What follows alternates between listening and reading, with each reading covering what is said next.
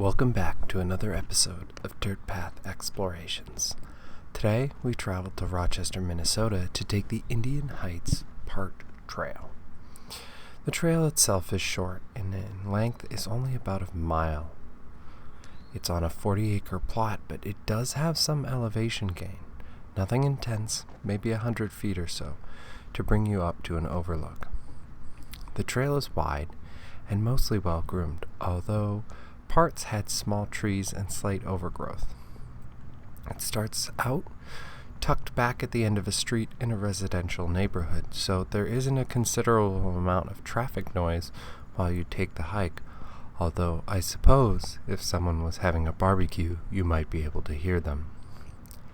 The trees create a nice canopy that covers most of the trail, and there's a decent blanket of undergrowth surrounding the trail, providing plenty of different plants to look at and giving it a nice forest walk feel, despite being really close to a residential neighborhood.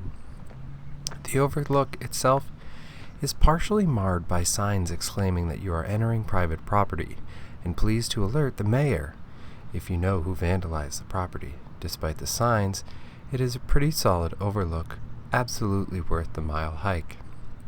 It's in the middle of Rochester, so it's an overlook of Silver Lake, an industrial building, and some other buildings, but it is worth the hike.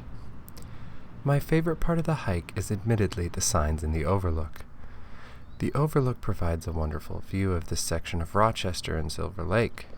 The signs, well, they remind me of a more youthful and rebellious period of my life that is probably more exaggerated in memory than it was in fact. Despite its residential location, as we returned to our car, we watched a flock of turkeys walk across the road only about 100 feet from where we parked in the neighborhood and headed into the park. Overall, the Indian Heights Trail is short and quiet with a nice overlook. For this, we rated it a 7 out of 10. It's a solid local hike that I would walk often if I lived in the neighborhood it was located. Thank you for watching, and if you like this video, please hit the like and subscribe buttons. Also, don't forget to let us know some of your favorite trails in your area.